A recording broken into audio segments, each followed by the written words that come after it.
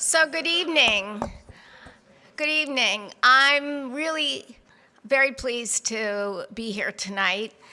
I welcome all of you to this fifth Finance at DeGroote session here at the National Club. I'm Sherry Cooper, and I'm the TMX Professor of Financial Economics on the faculty at DeGroote. And some of you may know me in my former life as chief economist of Bank of Montreal. The reason that DeGroote holds these sessions is that we feel very strongly that there is such an important interconnection between research and practice, and that it's a two-way street, that the researchers benefit significantly from your questions and your issues regarding what is exactly happening in the financial community, in the economy, in business, in the real world, as we call it. And you as well benefit from the research that's being done at the leading edge of finance, business, and economics.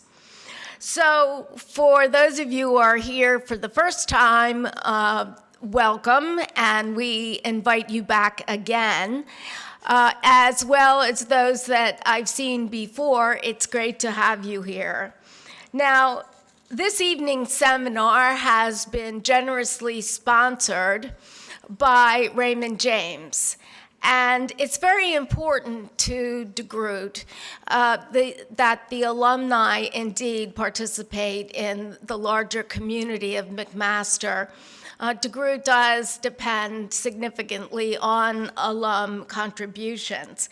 So I'd like you to join me in thanking Paul Allison, who is chairman and CEO of Raymond James in Canada, for this lovely reception and the presentation that's about to come. Thank you, Paul.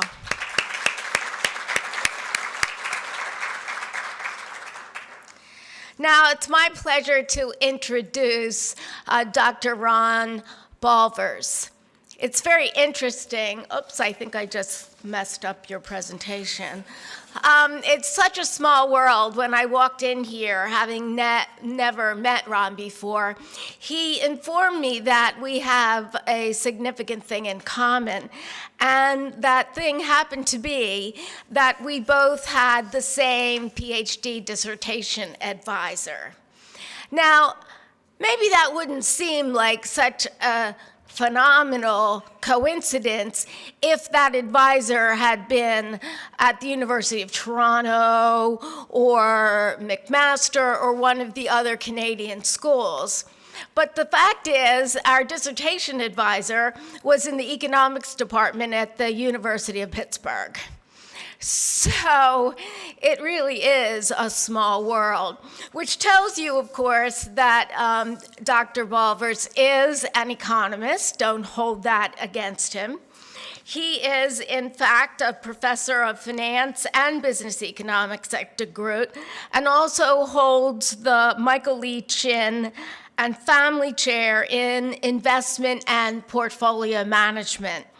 He's a two-time Outstanding Research Award recipient, and his areas of expertise include asset pricing, financial markets, and investments, with a research focus on production-based asset pricing.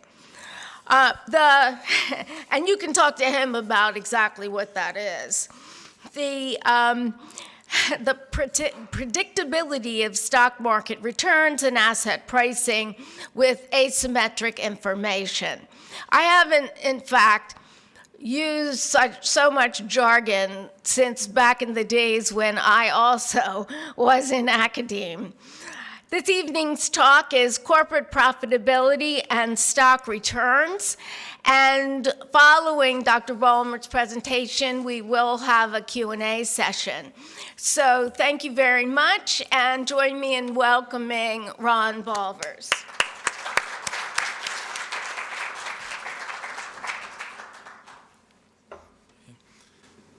Thank you, Sherry. I should probably also mention that we do have the same dissertation advisor, and when I started, Sherry had a prize-winning dissertation, and the first thing Norm, our dissertation advisor, did, he showed it to me, and not mentioning that it was a prize-winning dissertation, and he said, "This is what you're supposed to produce." So was always a little bit worried about that. It's very nice for me to have the opportunity to be able to talk about my research in front of a professional audience, and it's nice to see a nice turnout. I'm definitely sure that having profitability and stock returns in the title may have had something to do with it, but I do plan to talk about profitability and stock returns, and it's related to my main area of interest, which deals with what's called profit-based, production-based asset pricing. Now let me very briefly tell you what that's about.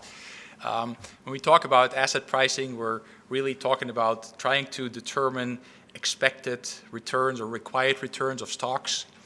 And a traditional approach is looking at how stock prices move over time and how strongly they correlate with the market, and base risk measurement on that.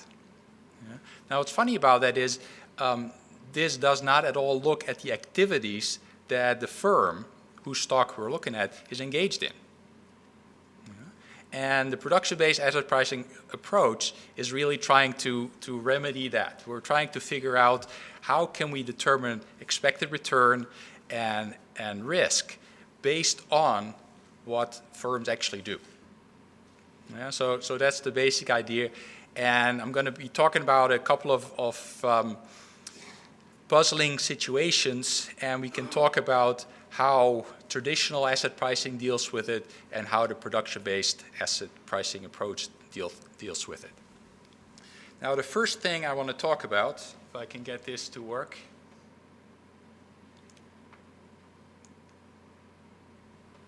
Yeah, very nice. First thing I want to talk about is about value investing. Okay, and that just gives you some motivation as to how we should be looking at expected returns. Now, value investing is difficult in principle. Okay, if you look at some of the greats, Warren Buffett, Michael Lee Chin, they have great skill, great intuition, knowledge.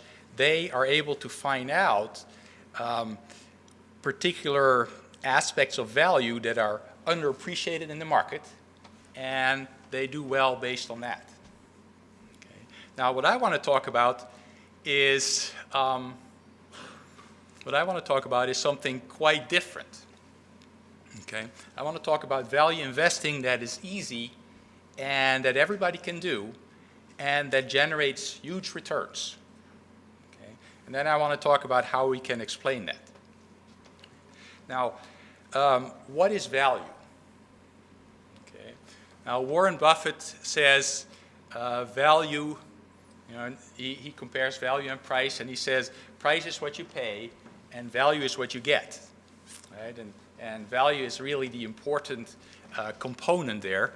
And one way of getting at a proxy of how valuable a particular company is or corporation is, we look at what's called book-to-market ratios. Yeah. And basically the market value is the price you pay, and the book value is, if the accountants do a good job, the book value is the value of the firm's assets. Right? And so you pay market price and you get the firm's assets, and the ratio of the two tells us a bit about how well this company is priced. And if you have a higher book-to-market ratio, you get more assets per dollar spent, and you're basically getting the assets cheap. Yeah? So that's one aspect of value that's readily available. You can look at any corporation's annual report, and you can look up these numbers and figure out whether you like that company based on that particular value proxy. Okay. Now another value proxy is quite different, is a measure of profitability. Yeah, and we can look at gross profitability, which is revenue minus the cost directly attributable to that revenue. Or more conventionally, we can look at the return on assets. And it turns out that both proxies work in very similar ways. Yeah. Now, that measure of value is different from the first one. Okay, the first one basically says how cheap can you get the assets, and the second says is what can you do with these? How well do these assets work for you once you get them? Yeah? And those are two important values of measures, proxies of value, that it turns out have independent value in trying to forecast stock returns.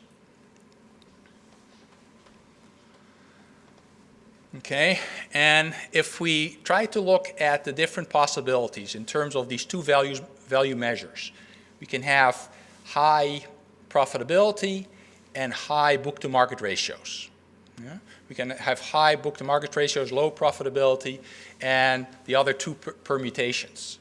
So those are four different permutations, and we can try to figure out in each of those cases what will stock returns be on average.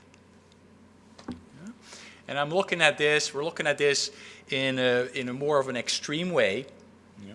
What we're doing is we're splitting all the firms that we have, or in this case, we're looking at a group of about 450 different industry segments, manufacturing industry segments.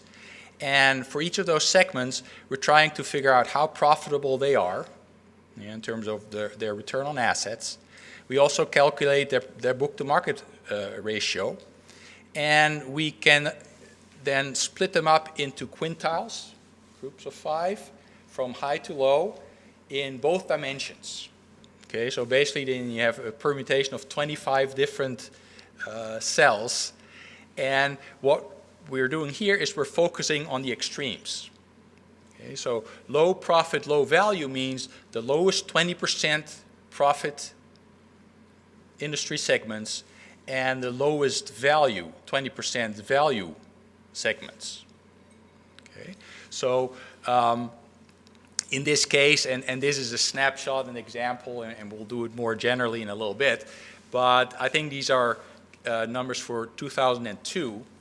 Okay, and in 2002, in this lower cell, this left upper cell, we had something like 15 or 20 different industry segments, and two representative ones would be bioproducts and medical instruments.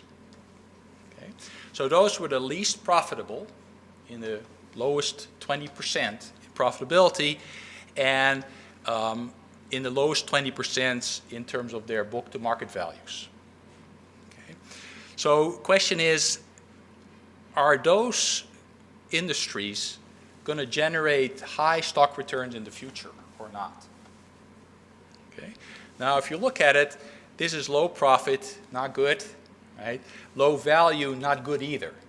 Okay. These seem bad choices. Okay. So 2002, we look at the balance sheet, we get all the information, we know exactly where they belong. They're in the doghouse. Okay. Now we can also look at the other extreme segments where we have 20% lowest value, 20% highest profits, highest profitability industry segments. Okay? So the example there would be soft drinks, chewing gum. Okay? Two representative examples from that, and they have low value. They're expensive, basically because they're profitable. And so that makes sense. If we look at the bottom left quadrant, we have high value, low profit, semiconductors, computer equipment, and the same thing there. That makes sense. The high value means they're cheap, basically cheap to buy, but the reason is they have low profit. Okay, so again, that quadrant is a pretty reasonable place to be.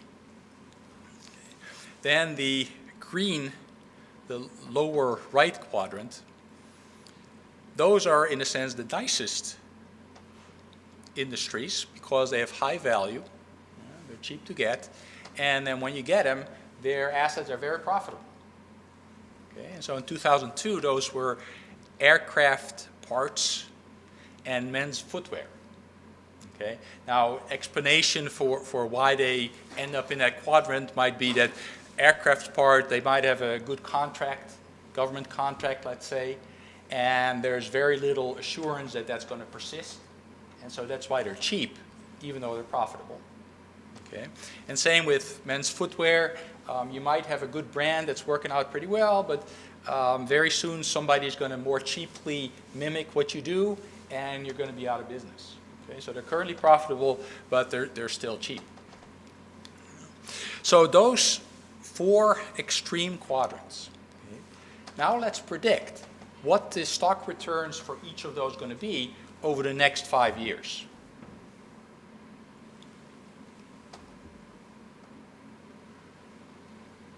Okay. What are the realized stock returns?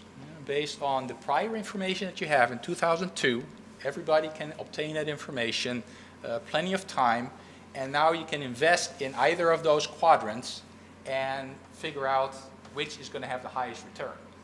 Okay. What do you think? I'll show you the answer. Okay. And these are in fact the answers based on the data that we had. And from 2003 to 2007, the dogs, in fact, did have negative returns, minus 2.4%. Right? The high profit, low value industry had slightly higher return, and 5.8%. And what you see, if you go from low profit to high profit, returns go up. Okay. Then if you go down, the high value and low profit segments had a return of 3%. And again, what happens there for a given profit level, if your value increases, if you go from low book to market to high book to market, you get higher returns. Okay. Then you can go to the extreme. Those are the great stocks to own. Those are the value, the cheap, profitable industry segments. They generate a return of 18.7% during that 5-year period. Okay. So in a sense, that was fairly predictable. The good firms did well, and the bad firms did poorly.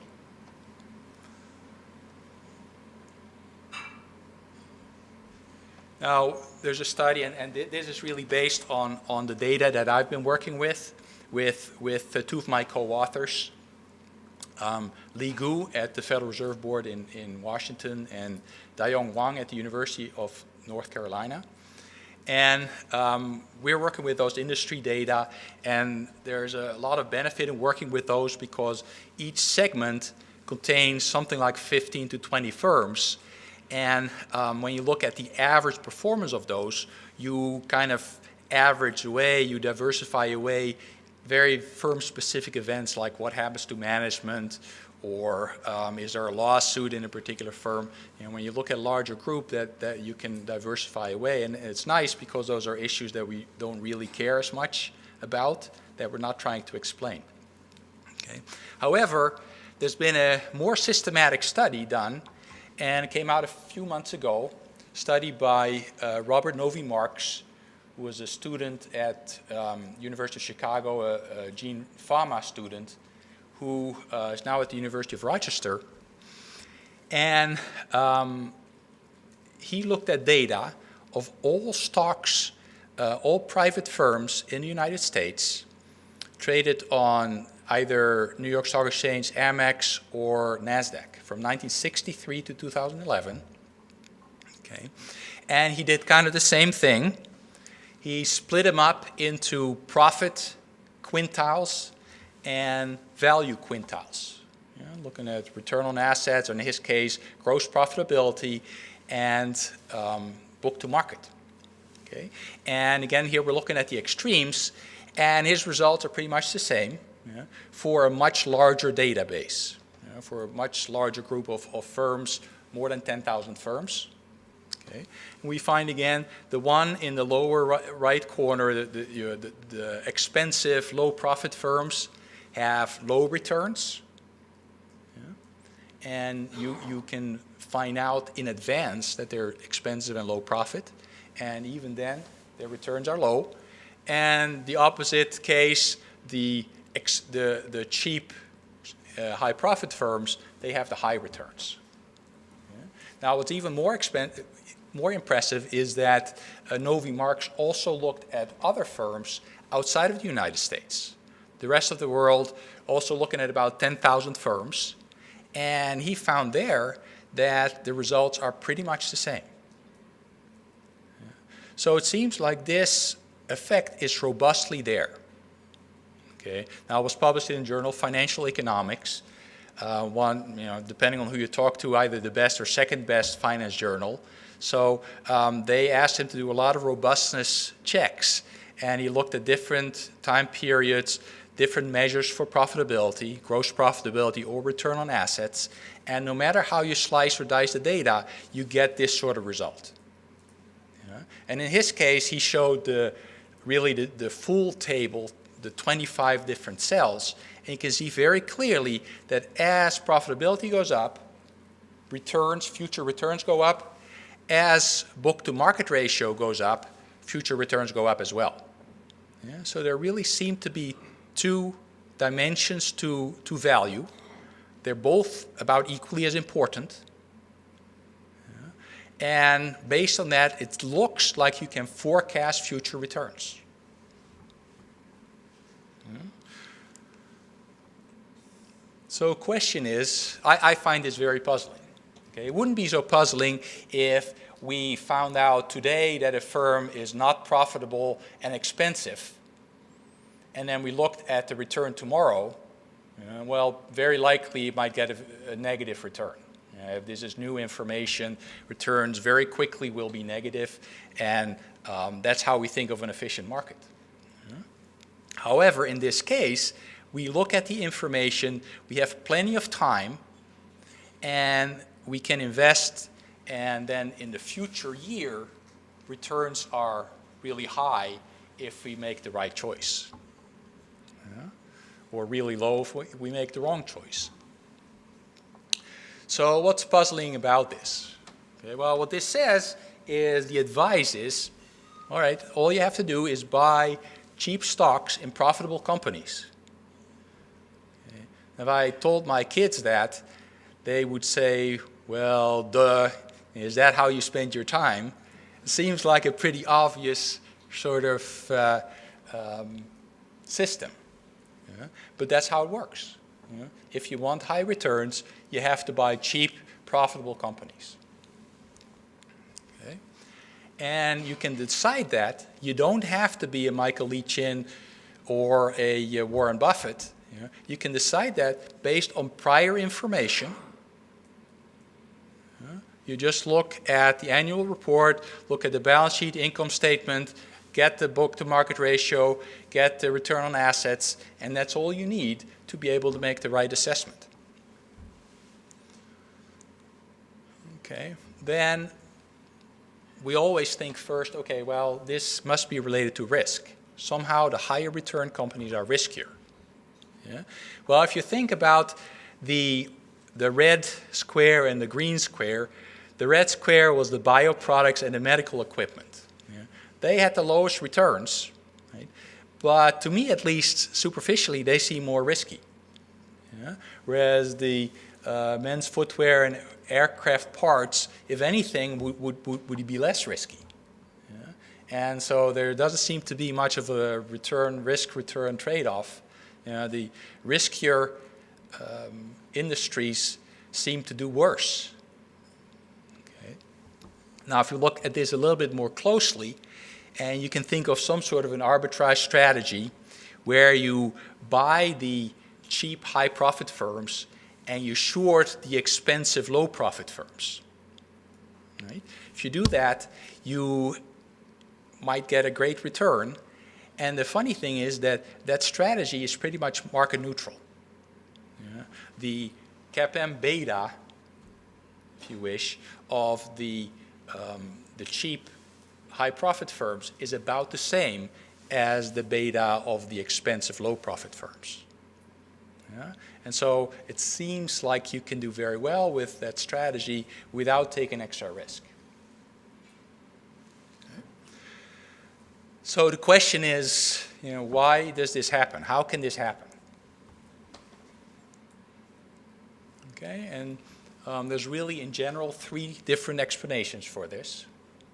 Okay, could be a statistical illusion. Yeah. Now, I find that very hard to believe. It's still possible, but the results are very convincing. They hold in a variety of circumstances, and the Novi Marks paper in JFE just does all these different robustness tests that leave very little doubt that there really is a statistically significant difference between these cheap high profit firms and the expensive low profit firms. Okay. So it's possible, but it's highly unlikely that it's a statistical illusion. Okay. Then the second explanation is always, well, maybe markets are just not efficient, and doing this gives us a way to generate abnormal returns. People haven't been careful enough, and if we were careful enough and we had thought of buying the profitable cheap firms, we would have done better. And looking forward, that might be a good strategy to use. Okay. So that's the second type of explanation. The third type of explanation is always risk. And we say, well, if there's a higher return, it must be somehow that risk is higher. Okay? And that's where I'm looking to find the explanation. And it must be subtle. Because if we look at CAPM betas, how risky is, how strongly does the asset move with the market? We don't see much there. We don't see much difference there. So if there's a risk explanation, it has to be a bit different. It has to be more subtle. Okay. So I'm looking to see if we can use production-based asset pricing and come up with a risk explanation. Okay. Now here I can talk a little bit about the traditional approach and what I call the new approach, the approach that I like. So the traditional approach, any of you who's taken any finance classes, have an MBA or a business major, you will have learned about the CAPM. Right? And the CAPM essentially focuses on the risk exposure of the investor. Yeah?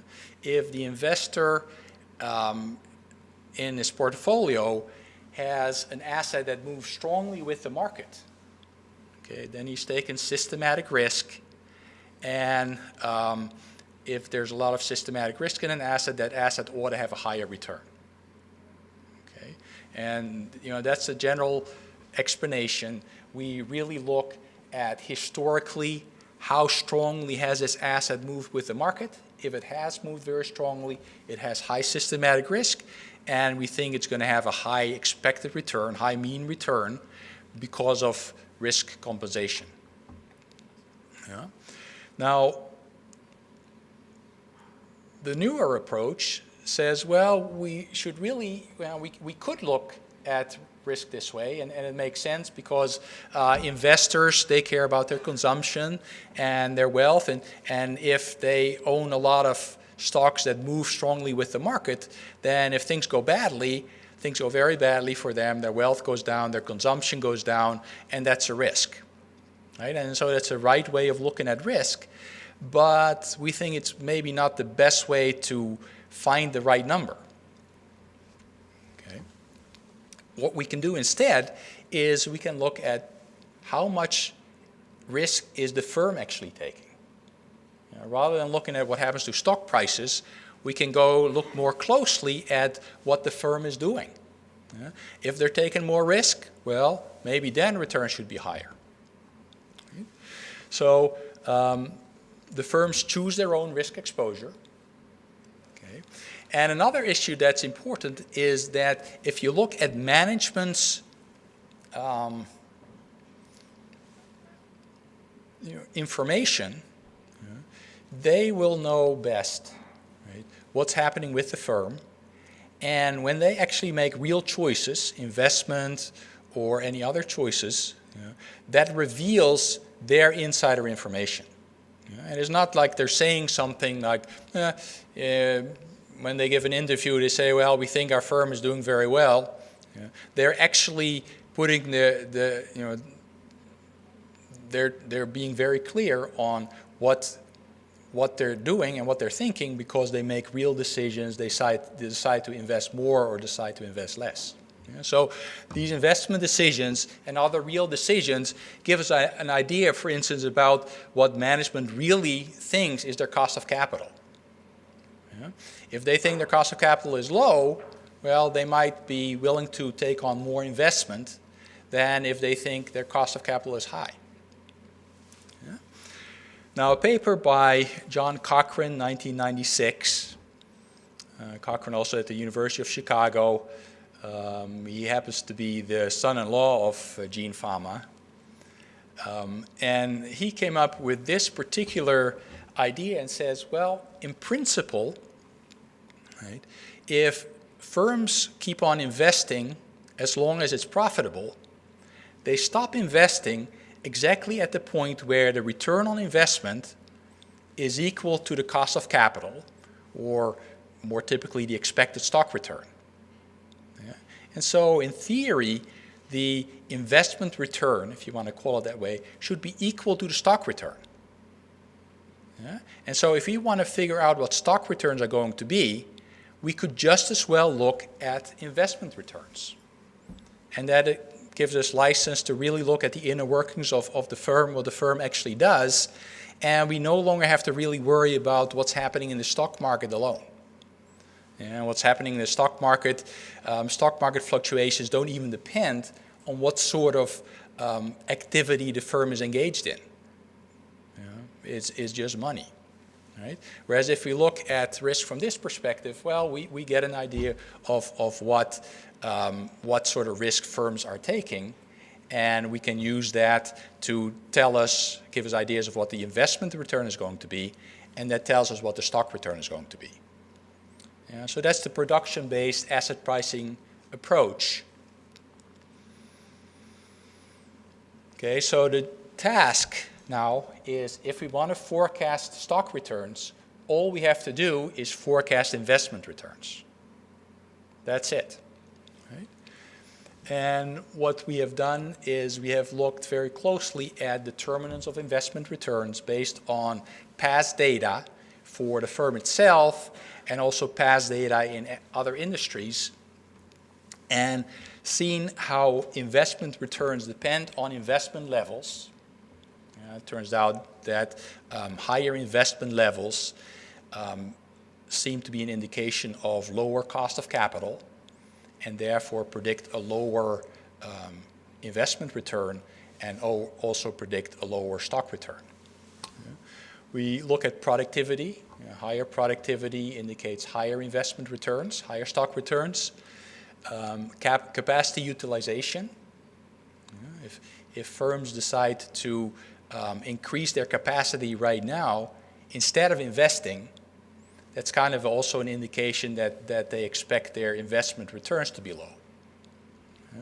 And so again, that predicts low stock returns. And what's also important is really the return on asset in the past, because that tells you how productive previous investments have been.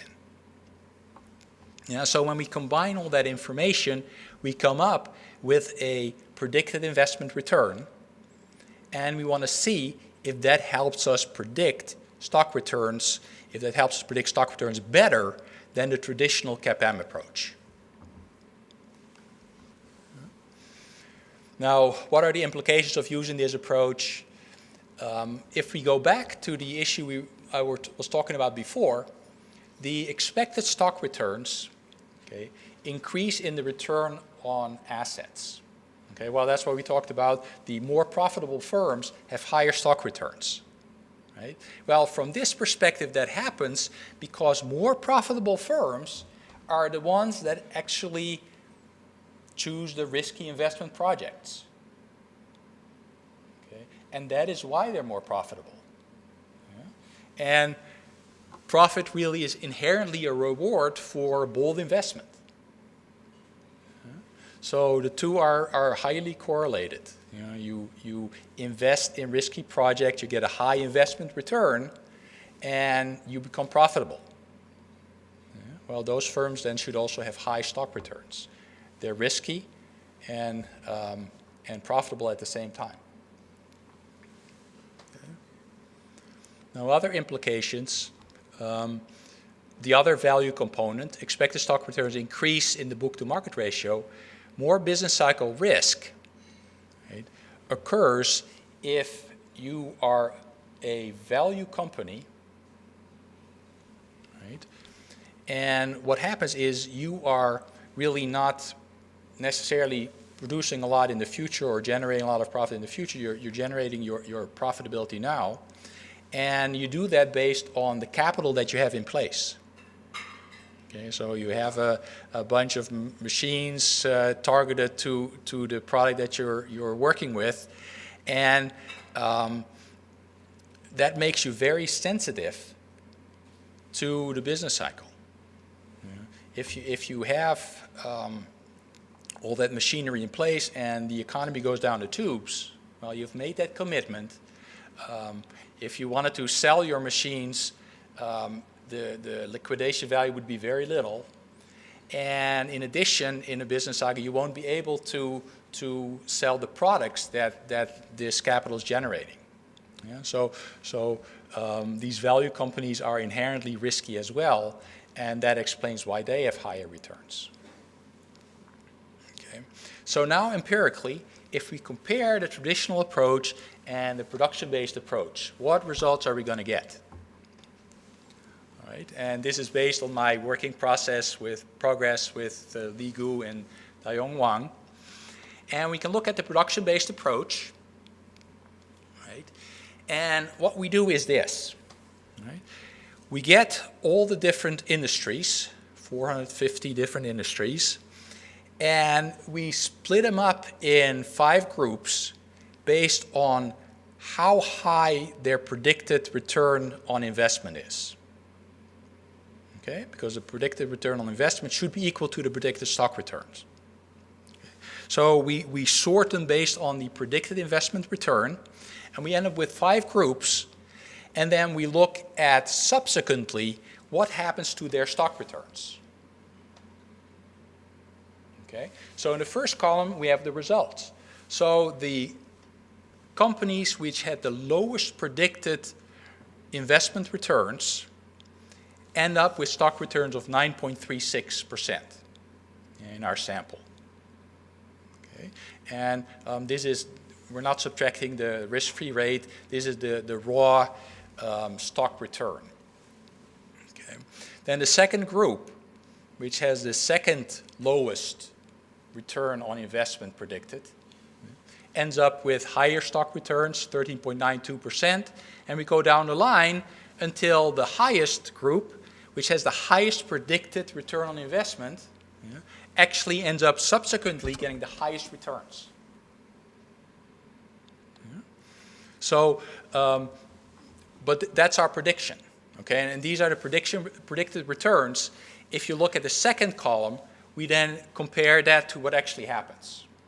Okay? So the first column, I misspoke. The first column actually gives us the predicted investment returns that are theoretically going to be equal to the stock returns.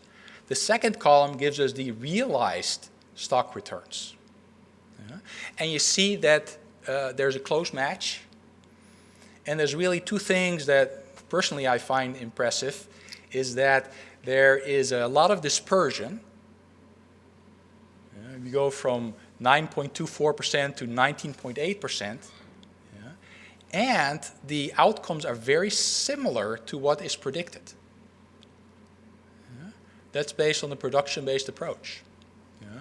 And then you can look at the significance, the difference between the top 20.64% and the bottom 19.8% and 9.24% in the second column, the difference is more than 10%, and that's very highly significant statistically. Yeah. On the other hand, when you look at the differences between the prediction and the realized returns, those differences are very insignificant, hardly anything. Yeah. So this model seems to be both very useful as well as correct, this approach. Now we look at the CAPM, and we looked at some other consumption-based asset pricing approaches as well. Let's say the Fama-French three-factor model. Did it even worse? And so presenting the CAPM, in fact, that's giving the consumption-based approach its best shot. And what we see, again, in the first column, we see the predictions. What we do now is, and you know how to do this, we look at the firms with the highest betas, market betas, estimated from the last 5 years of data. We put those in the high group. Then the firms, the 20% of firms with the lowest market betas, we put those in the low group. And we then look at the predicted returns, which is the product of the beta and the average market return. So that prediction varies relatively little. In the high group, 19.79%. In the low group, 12.12%. A difference of a little bit more than 7%, which is not too bad. Fairly decent predicted variation in returns. However, if we look at the realizations, they're way off. Realization in the second column, the low betas, the 20% lowest beta group, has a return of 13.8%. And the 20% highest beta group has a return of 14.64%. Very little different, very little difference there to begin with, but it's also wildly different from what's predicted. So the CAPM doesn't work at all. Doesn't allow us to determine the cost of capital or forecast expected returns. Just does not work. Theoretically should work, but empirically, no dice.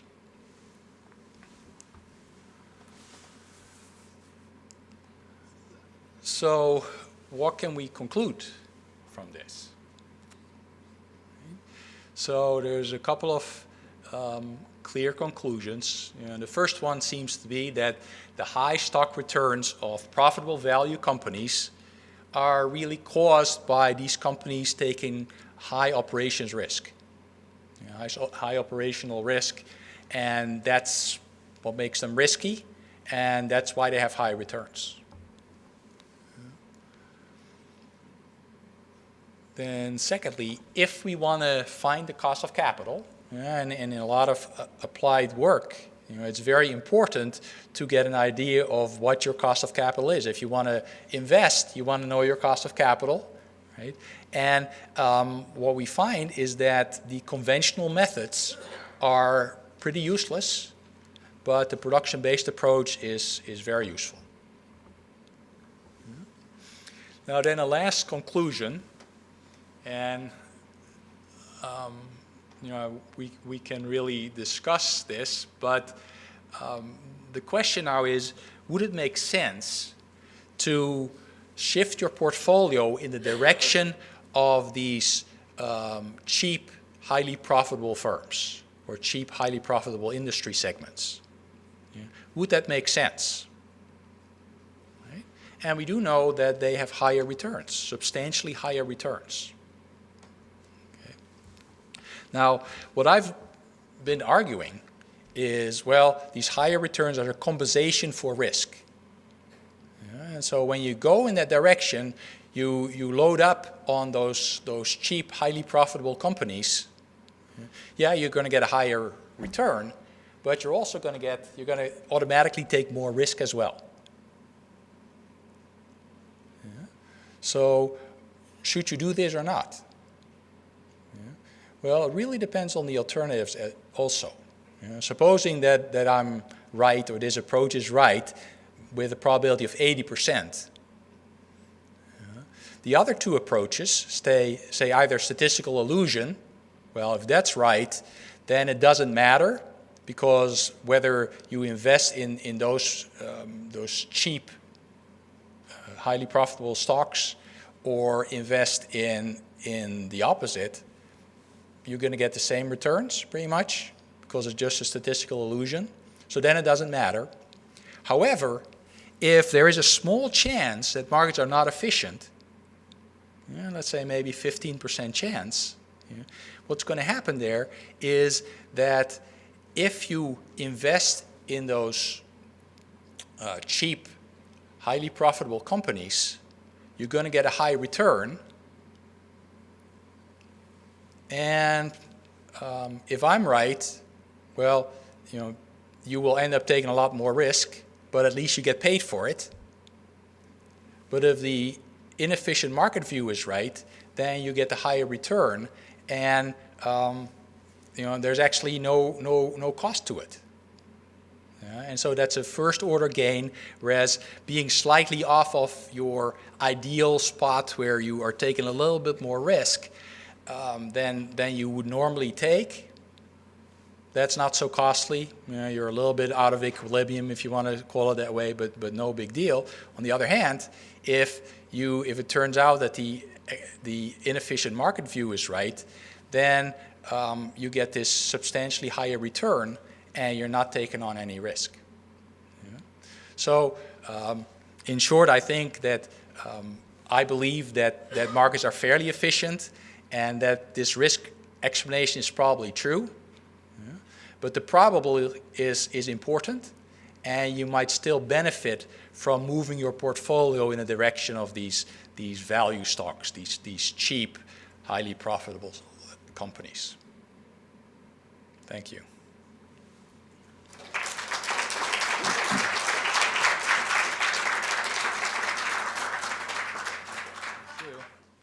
Thank you for the questions.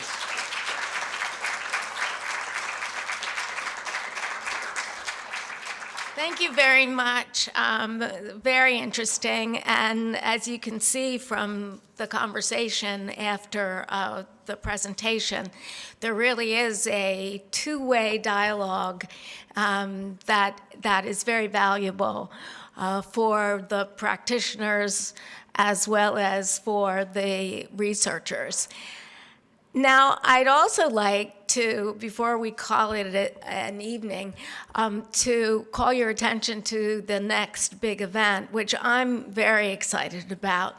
On Thursday, April 10th, as this shows you, there will be a breakfast at the Trump Tower, and it will feature the Nobel Prize-winning economist Joseph Stiglitz. Joe Stiglitz is a great speaker, and he's at Columbia's Business School. He's also a dear friend of Dean Leonard Waverman, and that's why he's been very generous with his time, and he's flying into Toronto very early. The event actually begins at 7 or 7:30 in the morning, and he has to fly right out afterwards. So this will be an early event.